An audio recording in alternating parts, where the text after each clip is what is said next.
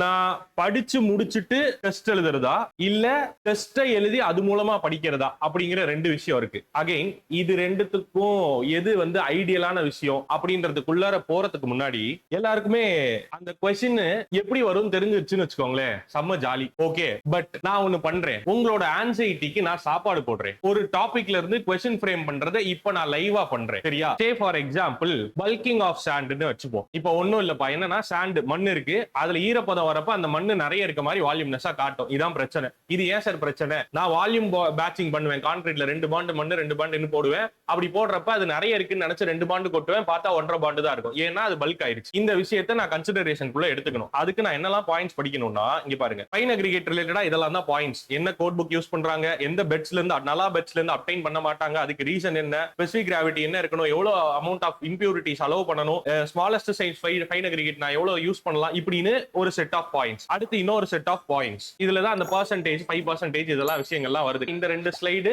Plus இந்த 2 table, இவ்வளவுதான் உங்களுக்கு क्वेश्चन ஏரியா. இந்த பர்టిక్యులர் டாபிக்ல இருந்து இப்ப क्वेश्चन எடுக்கணும், சரியா? இப்போ நான் இதுல இருந்து क्वेश्चंस உங்க கண்ணு முன்னாடி வைக்கிறேன். ஓகே, ஒரு 10 क्वेश्चन வைக்கிறேன். Bulking of sand is maximum when moisture content is, என்ன மாய்ஸ்சர் கண்டென்ட்ல பல்கிங் அதிகமா இருக்கும் அப்படினா 5%. அடுத்து வால்யூம் சேஞ்ச் பத்தி பேசுறேன். அப்ப இங்க இந்த டாபிக்ல 2% இருக்கு, இவன் குழம்புவான் அப்படின்னு 2 क्वेश्चन எடுத்தேன். Okay, super.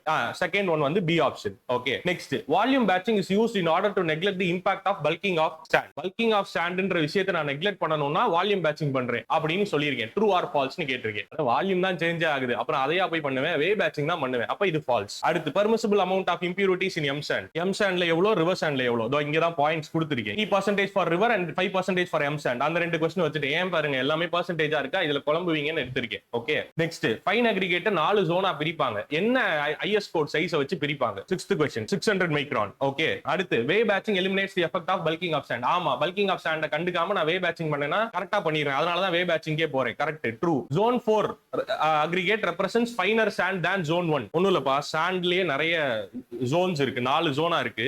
அதை வந்து 600 மைக்ரான் சீவை வச்சு பிரிப்பாங்க. அப்ப முதல் ஜோன் கம்பேர் பண்றப்ப 4வது ஜோன் வந்து ரொம்ப ஃபைனா இருக்கும், ஃபர்ஸ்ட் ஜோன்ல இருக்க சைஸ் ஆஃப் சாண்ட் எல்லாம் அதிகமா இருக்கும். இந்த அண்டர்ஸ்டாண்டிங் வேணும். இது எப்படின்னா இந்த டேபிள்ல அதுல இருந்து கிடைக்கும். சோ இப்போ அதுவும் நமக்கு தெரிஞ்சிருது. அதனால அதுக்கு நான் வந்து என்ன பண்றேன், ட்ரூன்னு ஆன்சர் போடுறேன். ஓகே, இது 8th क्वेश्चन வந்து ட்ரூ. நெக்ஸ்ட் பல்கிங் ஆஃப் சாண்டுக்கு ஐஎஸ் கோட் ஒன்னு இருக்கு. அந்த வேல்யூ, ஏன்னா ஐஎஸ் கோட் வேல்யூஸ் எல்லாம் क्वेश्चन கேக்குறாங்க, ஐஎஸ் கோடையே டைரக்டா கேக்குறதெல்லாம் உண்டு. இந்த அதுக்கும் ஒரு क्वेश्चन வச்சாச்சு. அது வந்து ஆப்ஷன் பி தான் அதுக்கு ரைட் ஆன்சர். 10th ஒன் பாத்தீங்கன்னா good quality sands are not obtained from nala beds. Nala beds தான் ஆன்சர். 1 இயரா ப்ரிப்பேர் பண்ற இந்த டாபிக் நியூ. இது ரொம்ப முக்கியம். இதெல்லாம் क्वेश्चन வந்திருக்கு, எடுத்து பாருங்க. ப்ரீவியஸ் இயர் क्वेश्चन பாத்தீங்கனாலே தெரிஞ்சிருக்கும். இப்படி இருக்கிற ஒரு செனாரியோல ஒரு கேண்டிடேட் எக்ஸாம் எழுதி எனக்கு உள்ள வரணும்னு டிஎன்பிஎஸ்சி போர்டு எக்ஸ்பெக்ட் பண்ணது எப்ப தெரியுமா? 5 வருஷத்துக்கு முன்னாடி. இப்படி क्वेश्चन செட் பண்ணி இதுல அவன் தேர்ந்து வரானா, அவன் எனக்கு உள்ள ஏஐயா வரட்டும்னு 10 வருஷம் முன்னாடி வச்சிருந்த எக்ஸ்பெக்டேஷன் இது. இப்ப நான் இதே விஷயத்தை உங்களை டெஸ்ட் பண்ணணும்னு நினைக்கிறேன். நான் எப்படி தெரியுமா क्वेश्चन ஃப்ரேம் பண்ணுவேன்? ஃபர்ஸ்ட் क्वेश्चन பாக்குறேன், அந்த क्वेश्चन விட்டுருவேன். 20 to 30% இல்லன்னு வச்சுக்கோங்களேன். அது எப்படி செட் பண்றேன்னா, இந்த ஃபர்ஸ்ட் क्वेश्चन பாருங்களேன். Consider the following statement with respect to bulking of sand. டாபிக்கே சொல்லி உங்ககிட்ட எப்படி டாபிக் கண்டுபிடிக்கிறதே ஒரு பயம் நினைச்சிட்டு இருக்கீங்களா? நான் சொல்லிடுறேன், இந்த டாபிக் இந்த இதா. இதுல இருந்து கேள்வி கேட்கிறேன். எப்படி mention which is not true. Okay, first question bulking of sand is maximum when the moisture content is between 5 to 6. மேல இருந்த क्वेश्चनலயும் இதே தான் கேட்டிருந்தேன், ஆனா அத ஒரு லைனா கேட்டிருந்தேன். இப்போ என்ன பண்ணிருக்கேன், அத ஒரு ஆப்ஷனா வச்சுட்டு இப்போ உன் மைண்ட் அப்ப யோசிச்சதோட இன்னும் யோசிக்கணும். நம்ம மைண்ட் என்ன தெரியுமா பண்ணும்? ஆமா கரெக்ட், ஏவை ஷேட் பண்ணிரும். நல்ல வேளை இப்ப கம்ப்யூட்டர் பேஸ்ட் ஆயிடுச்சு, அட்லீஸ்ட் மாத்தியாவது செய்யலாம். ஏன்னா क्वेश्चनல கேட்டிருக்கிறது which is not true. In aggregate falls under zone 4 based on 600 micron sieve bulks more. இப்ப நான் இந்த ஒரு லைன்ல உன்னை எப்படி அசஸ் பண்றேன் பாரு. உனக்கு நான் ஒரு இன்ஃபர்மேஷனை கடத்திடுறேன். என்னன்னா அதுவே நம்மள கன்ஃபியூஸ் பண்ணும். என் கடமை இங்க என்ன, உனக்கு இந்த பாயிண்ட்ஸ் எல்லாம் தெரியணும். அப்ப நானே தெரியப்படுத்துறது தான் இந்த based on 600 micron sieve-ன்றது. உனக்கு ஞாபகம் இருக்கும் zone 4 தான் ஃபைன்ல இருந்து, ஆனா 600ன்னு மென்ஷன் பண்ணிருக்காங்களே, ஒருவேளை 600ல பாக்குறப்ப அது zone 1 இருக்குமோ அப்படின்னு அதுவே உன்னை குழப்பம். அங்கேயும் நான் ஜெயிச்சிட்டேனா நிம்மதியா இருக்கும் எனக்கு. இப்படிதானே வைக்கிறாங்க. ஒரு சின்ன டாபிக் இது, ஒண்ணுமே இல்ல இது, ஆனா இதுல இப்படிதானே இருக்கு. இன்னும் ஒரு ஸ்டெப் போய் பாருங்களேன். உங்களுக்கு 2 விஷயம் தெரிஞ்சிருந்தாதான் இந்த ஆப்ஷனை நீங்க யோசிக்கவே முடியும். ஜோன் 4ல இருக்கிறதா ஃபைன் அக்ரிகேட், ஃபைனரா இருக்கும், அதுதான் ரொம்ப ஃபைனரா இருக்கும்ன்ற பாயிண்ட்டும் தெரியணும். ஃபைனர் சாண்ட் தான் பல்க் ஆகும் நல்லா அப்படின்ற அந்த பாயிண்ட்டும் தெரியணும். அது ரெண்டும் தெரிஞ்சிருந்தாதான் இந்த பி ஸ்டேட்மெண்ட் ட்ரூன்ற கன்க்ளூஷனுக்கு வருவீங்க. ஆனாலும் அது இந்த क्वेश्चनக்கு ஆன்சர் இல்ல, ஏன்னா உங்ககிட்ட கேட்டிருக்கிறது நாட் ட்ரூ. உன்னை எவ்வளவு யோசிக்க வைக்கிறேன் பாரு. எனக்கு அப்ப எப்படியாப்பட்ட ஆள் உள்ள வேணும்னு நான் பாக்குறேன். இதை எடுத்து இப்படி வந்து நின்னு பேசி உங்ககிட்ட கன்வே பண்றதுக்கு பண்றதுக்கு ஆள் இல்ல. பட் இன்னைக்கு உங்களுக்கு இருக்க எக்ஸ்போஷர் ஜாஸ்தி. உங்களை நான் இப்படி எல்லாம் டெஸ்ட் பண்ணாம இந்த 10 கொஸ்டின் வச்சா உங்களுக்கே சப்பையா தோணல? ஒரு கேண்டிடேட் இந்த மாதிரி கொஸ்டினை பிராக்டிஸ் பண்ணி இந்த மாதிரி கொஸ்டினுக்கு திங்க் பண்ற எபிலிட்டி இருக்கவனா இருந்தா கிளியர் பண்ணி உள்ள போயிடுறான். இன்னைக்கு அப்படிதான் உள்ள போறான். இல்லைன்னா இந்த மாதிரி ஒரு ட்ரைனிங் எடுத்து உள்ள போறான். Simple. Permissible amount of impurities in M sand is 3, river sand is 5. ரெண்டுத்தையும் கொடுத்துட்டேன். உனக்கு ரெண்டும் தெரியுதான்னு செக் பண்றேன். நாலாவது ஆப்ஷன் உன்னைய கண்டென்ட்டுக்காக அந்த நாலாவது ஆப்ஷன் இல்ல. எல்லாமே கரெக்டா தான், ஒரு 2 கரெக்டா தான் இருக்கு, இதுவும் கரெக்டா தான் இருக்கும். ஏதாவது ஒண்ணு தெரியலன்னா உனக்கு ஸ்டிமுலேட் பண்றேன். அதை டிக் பண்ணிரு, சேஃபர் சைடுக்கு அதை டிக் பண்ணிருன்னு உன்னை ஸ்டிமுலேட் பண்றேன். பட் கடைசியில என்ன பண்ணிருக்கேன், இந்த 4 and 5 கொஸ்டின் இருக்குல்ல, அதுல இருக்க பெர்சன்டேஜ் ட்விஸ்ட் பண்ணி கொடுத்திருக்கேன். சோ which is not trueன்றப்ப இதுக்கு ஆப்ஷன் சி. இப்பயும் அந்த 10 கேள்வியும் உனக்கு தெரிஞ்சிருக்கான்னு நான் டெஸ்ட் பண்ணிட்டேன். ஒரு கொஸ்டின் எடுக்கிற இடத்துல இருக்கிற ஒரு ஆளு ஒரு கேண்டிடேட்டுக்கு நிறைய விஷயம் தெரியுதான்னு செக் பண்ணணும். மினிமல் நம்பர் ஆஃப் கொஸ்டின்ல 200 கொஸ்டின்ல உன்னை முடிச்சு விடணும். இன் சென்ஸ் உன்னை அனலைஸ் பண்ணி முடிக்கணும். நான் அப்ப நான் இப்படி தானே செட் பண்ணுவேன். எனக்கு ஏஐயா உள்ள வர கேண்டிடேட்டுக்கு நலா பெட்ஜ்ன்ற ஒரு இடத்துல இருந்து நல்ல குவாலிட்டி சாண்ட் எடுக்க மாட்டாங்கன்றது மட்டும் தெரிஞ்சிருக்கிறது டேட்டா. அது இன்னைக்கு கூகுள் ஞாபகம் வச்சுக்கோ. ஏன் எடுக்க மாட்டாங்க இதையும் சேர்த்து என் கேண்டிடேட் ஞாபகம் வச்சுக்கணும். அதை நான் ட்விஸ்ட் பண்ணி ஒரு ஸ்டேட்மெண்ட் போடுறப்ப அது தப்பான ஸ்டேட்மெண்ட் அவனுக்கு புரியணும்.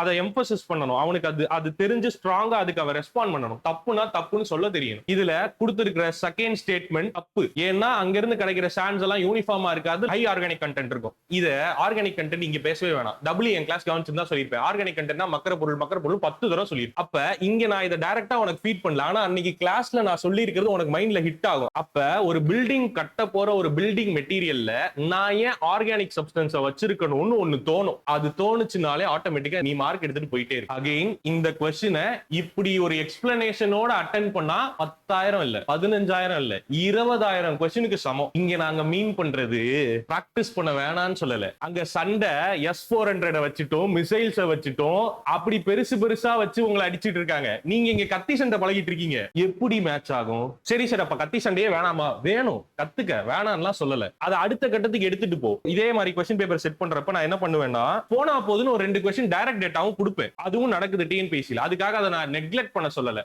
அதை உதாசீனப்படுத்துன்னு சொல்லல. அதெல்லாம் நீ ஞாபகம் வச்சுக்கணும். இந்த பேஜ் எல்லாம் நீ படிக்கணும், நான் இல்லன்னு சொல்லல. ஆனா இது உன்னைய அந்த 120 மார்க்குக்கு 130 மார்க்குக்கு கூட்டிட்டு வந்துரும். அதுக்கப்புறம் ஒண்ணு இண்டிவிஜுவலா இதோட திங்கிங் எபிலிட்டியும் அதோட கேலிபரும் இருக்குன்னா அவன் உள்ள போயிடுறான். இந்த கேலிபர் மிஸ் ஆகிற இடத்துல அதே மார்க்ல ரொம்ப இயர்ஸ் நீங்க டைமை விட்டுறீங்க. நான் கொஸ்டின் பிராக்டிஸ் பண்றப்பவும் கொஸ்டின் பிராக்டிஸ் பண்ணப்புறமும் எனக்கு இப்படி ஒரு இன்சைட் இந்த டாபிக்ல கிடைக்கிற மாதிரி ஒரு பிராக்டிஸ் நீங்க பண்ணீங்கன்னா then you will be equipped. அப்ப நீங்க இந்த ப்ரிப்பரேஷன்ல எலிவேட் ஆவீங்க. இந்த 5 விஷயமும் சேர்த்த மாதிரி எங்க கிடைக்கும்னா, மத்த இடத்த பத்தி எனக்கு தெரியல, இங்க கண்டிப்பா கிடைக்கும் அப்படிங்கறத ஃபர்ஸ்ட் நான் எஸ்டாப்ளிஷ் பண்ணிடுறேன் ஸ்ட்ராங்கா. எனக்கு இந்த ப்ராசஸ நான் பண்ணணும். பேரியர்ஸே செட் பண்ணாதீங்க. இத என்ன பண்ண போறோம் அப்படின்னா, இங்க படிச்சிட்டு இருக்க ஸ்டூடெண்ட்ஸ்க்கு ரிவிஷன் சொல்லி கண்டக்ட் பண்ணிட்டு இருக்கோம். அதுவும் எப்படின்னா பேட்ச்ல சேர்ந்த எல்லாருக்கும்லாம் இல்ல, அதுல ஹைலி இன்ட்ரெஸ்டடா இருக்கிற கேண்டிடேட்ஸ் மட்டும் செக்மெண்ட் பண்ணி வச்சிருக்கோம். Because we have a vision. அந்த கேட்டகரிக்கு மட்டும் இந்த விஷயம் கிடைக்க போகுது அப்படிங்கறத ஆல்ரெடி 1 week before அனௌன்ஸ் பண்ணிட்டோம். நான் அதுக்கும் காமிக்கிறேன். இங்க இது லாஸ்ட் வீக் குரூப்ல போட்ட மெசேஜ். சோ இது டியூஸ்டே அன்னைக்கு குரூப்ல ஷேர் பண்ண பிளான். இந்த பிளான் படி இது நடக்க போகுது. இதுல ஒரு PDF அனுப்பியிருக்கேன்ல, இப்போ நான் அந்த PDF காமிக்கிறேன். Here it is. AE mock test for 2025. இப்போ நான் அந்த ஸ்கெட்யூலை காமிக்கிறேன். Here it is. மொத்தம் 24 mock test.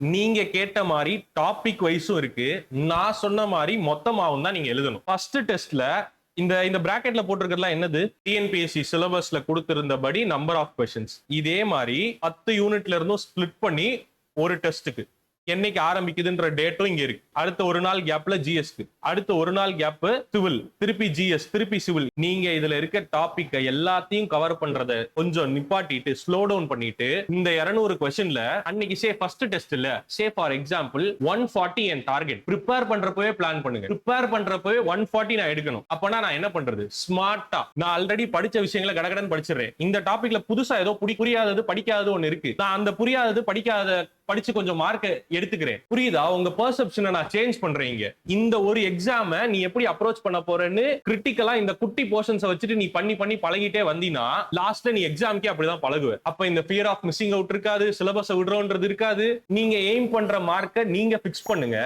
அதுக்கு அந்த எக்ஸாமுக்கு எவ்வளவு உழைக்கணுமோ அதை உழைங்க, அதை மார்க் எடுங்க. நான் இதுல முழுசா 200 கூட உங்களை கேட்கல, முழுசா 200 படிங்கன்னு கூட நான் கேட்கல.